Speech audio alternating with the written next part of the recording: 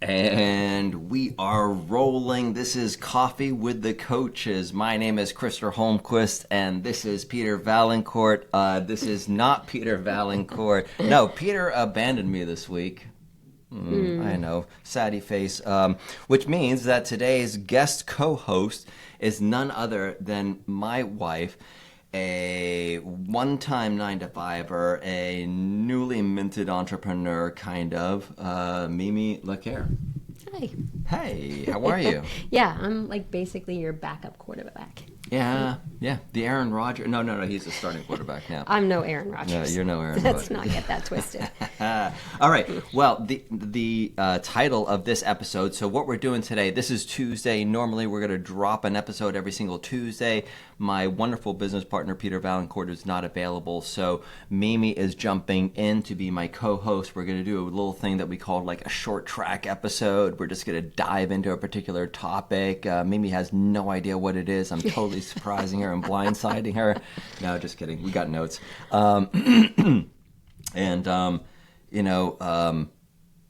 You said that, basically you're emergency backup quarterback right now, but think about this. 3 years ago, you were a full-time physical therapist. I was indeed. And now you're a model and actress.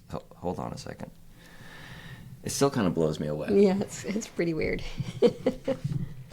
But the interesting part is, right, that this was not some impulsive leap of you deciding to one day, abandon one career and go to another. This was actually a really intentional decision. Yeah, it was. I definitely thought about it for a long time, tried to figure out how I could make it work. Yeah. Mm-hmm. All right, so we're going to delve into that a little bit. Are you cool with that? Yeah. All right, just going back a little bit, we always try to tie in the other episodes that we have done, and we've started the first 2 episodes here. We've been talking about clarity, alignment, getting into action, and honestly, as you and I were talking, your story kind of ties into all 3 of those, right? Mm-hmm. Yeah. Because... yeah, I had to get some clarity about what I wanted and be honest with myself about sort of who I was and what I wanted to do before I made this big career change.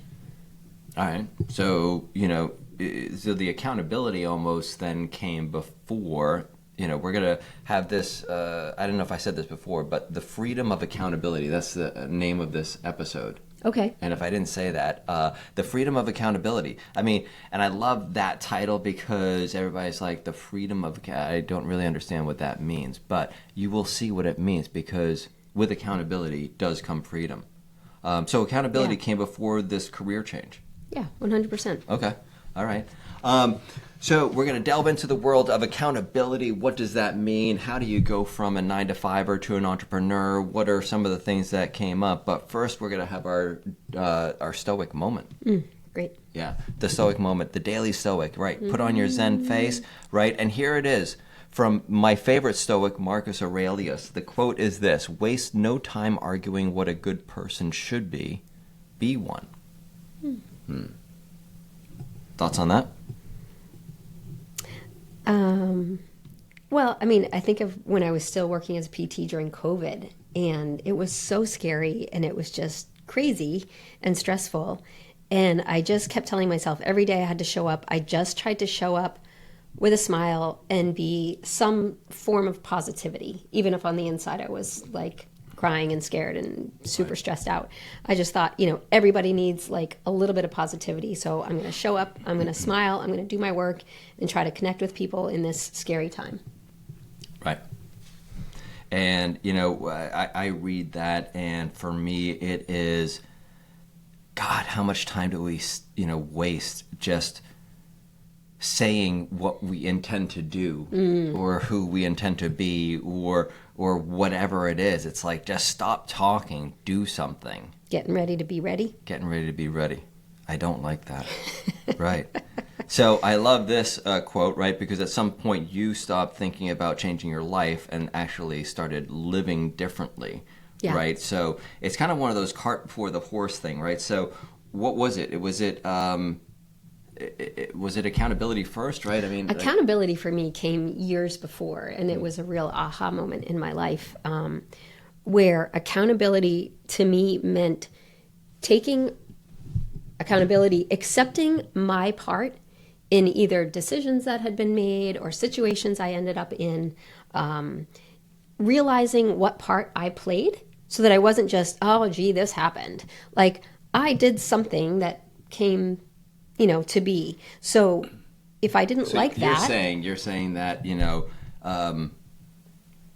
taking ownership of your shit from the past unlocked the ability for you to choose a new career? Absolutely. Well, to choose anything, choose to live differently, whether it's a new career or, lifestyle, whatever. Yeah.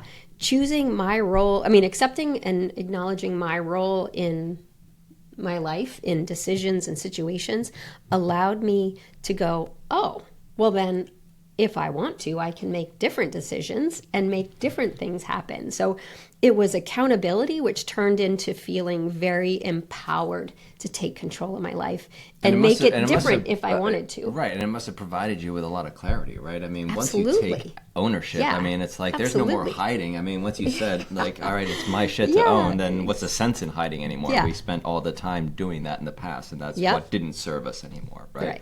All right, so we touched on clarity. The accountability is coming into focus here. So what did it actually look like for you? How do you sit down with yourself and have those conversations?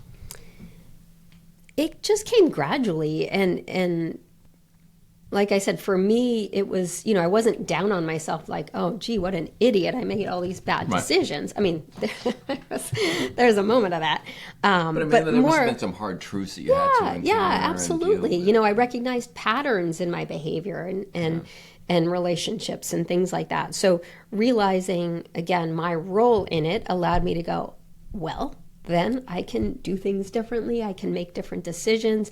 If I see these patterns happening, then I can go and do something different. So yeah, it was very empowering. It made me feel, like I was more in charge of my life and not that life was just happening.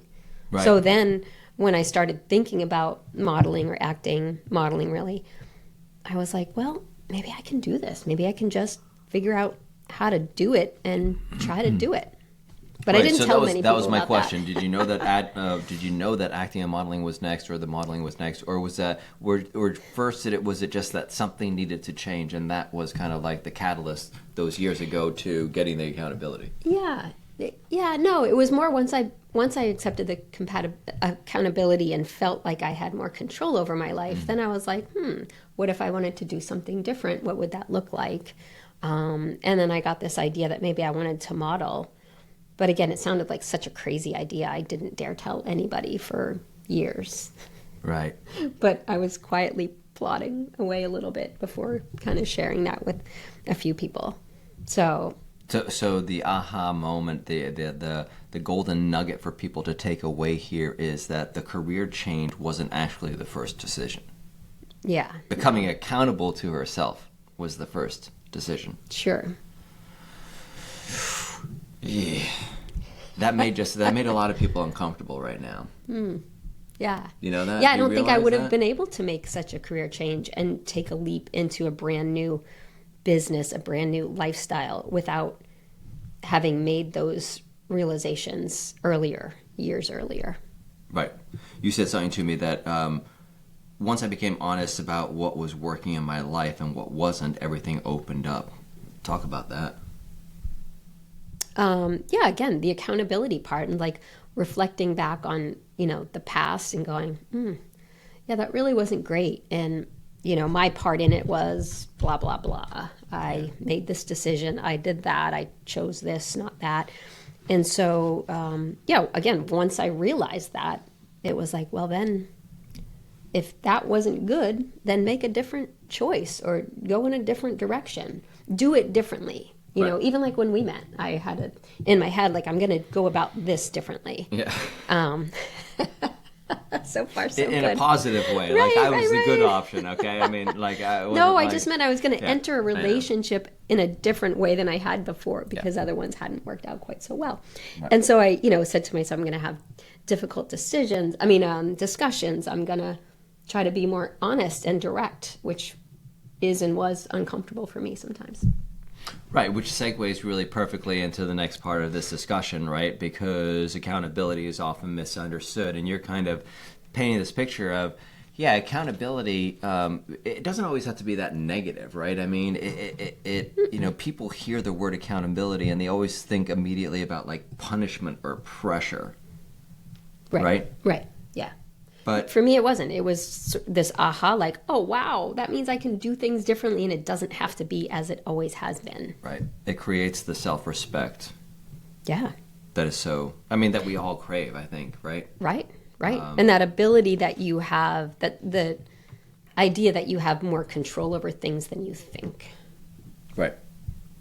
Right? Yeah. So accountability does come with like some stuff, right? I mean, you can't just. I mean, you have to build kind of a framework of accountability no matter what system you choose, whether it's self-accountability or whatever else, right? Mm-hmm. And some things I wrote down here, discussion points around, what makes up accountability, keeping promises to yourself, alignment, integrity, making intentional decisions, and freedom through honesty. Mm. So let's tackle those a little bit, just to kind of talk about that. So keeping promises to yourself. How does that factor into everything that you've done? I mean, you went from a 9-to-5er, you jumped into this entrepreneurial life, and how does keeping promises to yourself factor into how that all went down for you? I guess, making lists and notes and goals and trying to achieve them and reviewing them so that I'm making sure I'm still on track. I remember something you said years ago, and I had never heard it, which something about like that which gets measured gets done, or something like that, which I'd never heard. Right. I thought, yeah. But it's true. So, if you're keeping track and kind of measuring or making notes along the way, then you can go back and review and make sure that you're still on task and it hasn't like in your head just changed. So you're like, yeah, I'm still doing what I said I was going to do, but that's not what you wrote down. And I see the keeping promises to yourself, and I think about what you said many a times in this journey, and that was, I told myself I'm going to give me this amount of time, right? If you ran into a wall, you were getting disappointed, you were getting down, you had that almost self-accountability because you said, look, I promised myself I'm going to give this a year, 2 years, or whatever it was, you know what I mean? Mm-hmm. And before I could even jump in sometimes to support you. So I think that that's a huge part of becoming your journey to becoming an entrepreneur, because there's not always somebody there that's going to prop you up or tell you that it's going to be all right, or that what you're doing is a good idea. God knows I've done so many things that end up not being a good idea. I wish I'd had that person telling me it was a bad idea. Alignment. Talk about that. Alignment. Yeah, just getting to a point, I think, where it's hard, but getting to a point where like your inner dialogue is really close or matches your outer being, who you put forth, what you say, what you do, who you are to other people is pretty close to like what you feel and say to yourself on the inside. The video matches the audio. Yeah. And like I didn't have that for a long time in life, and it occurred to me in more recent years. I was like, wow. And I think that's why I have a lot less like anxiety and I as a young adult I had anxiety and panic attacks, and thankfully I don't have that anymore, but I think it's because I have more alignment, so I feel true to myself and I'm not fighting this disconnect. Yeah. I will second excuse me, all of that. I will also just say that I think that this is a hugely underrated area. I think that it is really, really important that people work on this, that people recognize it, because I think that we're living with an entire generation of young adults who are having a real time matching those two things up.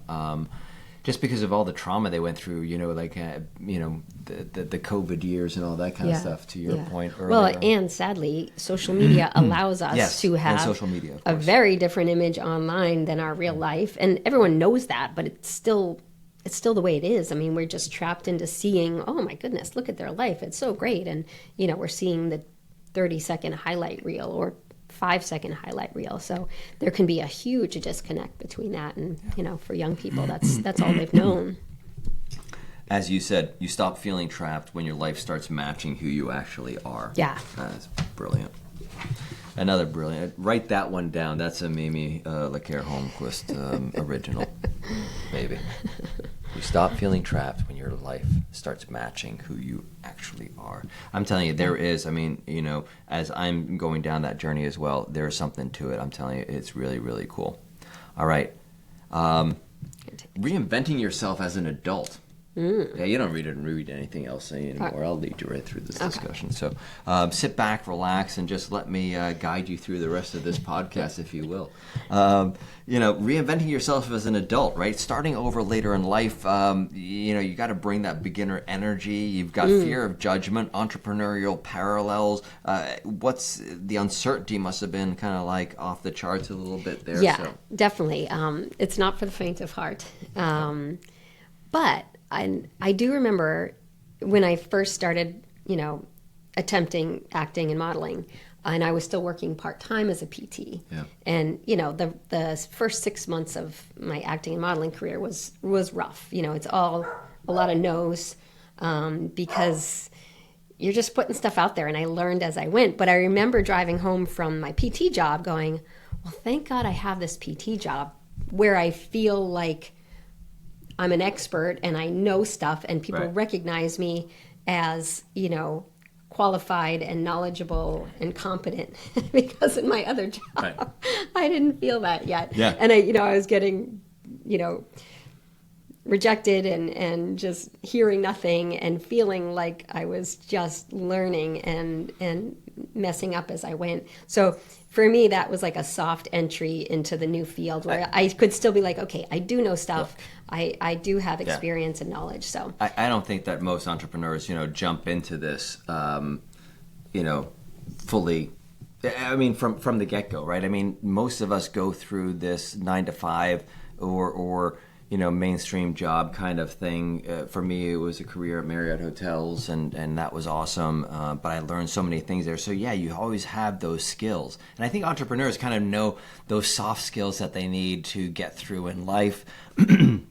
They also knew some of those hard skills, such as waitering or bartending, the stuff that they know, like, push comes to shove, I can put food on the table. Yeah. Right? Yeah. And that's a cool position to kind of have, right? So you're starting all over. Definitely had imposter syndrome. Yeah. Like, again, still kind of not super confident telling people like, yeah, I'm an actor and model. Yeah, you don't haven't even really have, had a job yet, but you don't even have like that chutzpah that you have from youth, in your 20s and 30s, where you're just like, whatever. So you're starting something all over, but you do have that experience, right? That life experience. Yeah. And it was exciting and fun, and I did love learning new stuff and finding new projects to apply to, and so something would come through the computer at 7:00 at night, and I would jump up and put together materials and submit stuff, and whereas I wasn't going to be opening my computer and doing physical therapy notes at 7:00 at night. So there was an excitement and a rejuvenation, of my interest in new stuff. So that was cool. Yeah. But yeah, definitely felt like an imposter. Realized I kind of knew nothing about anything. Well, before we get to kind of like our quick, fun couple section, I wrote this myself.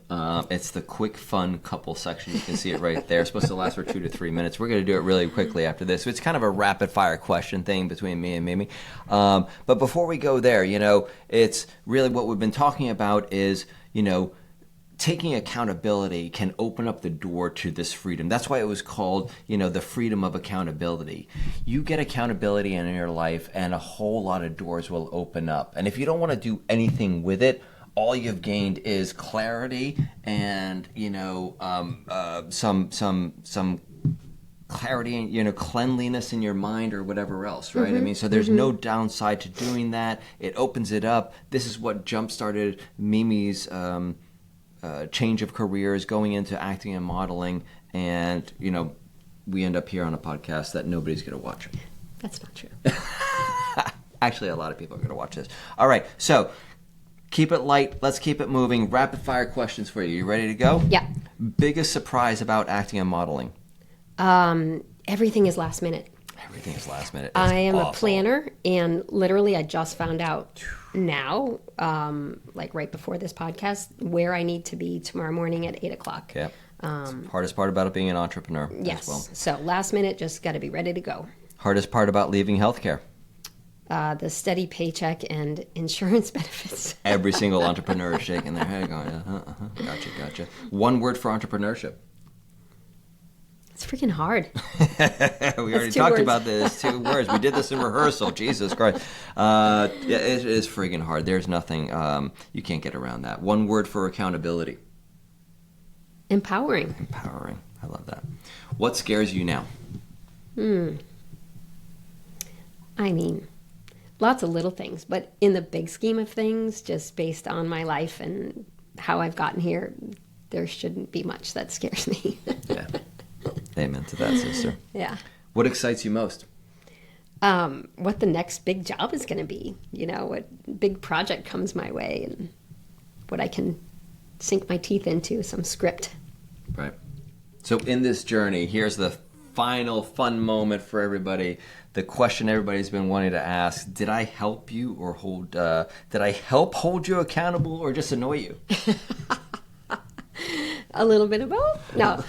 No, you've been supportive the whole time. Absolutely. Yeah. And gave me like a safe, soft landing pad. Yeah. And that's a good way to end this episode. So if you like conversations like this, we're going to have Mimi back for a full-fledged, like me and Peter interviewing her about a lot of different things. So if you like conversations like this, subscribe to Coffee with the Coaches TV. We're on YouTube. We have a channel. We've got an Instagram page. And Apple Podcast. And an Apple Podcast. Check us out, Apple Podcast. All right. Peace out. We'll see you next week. Thanks.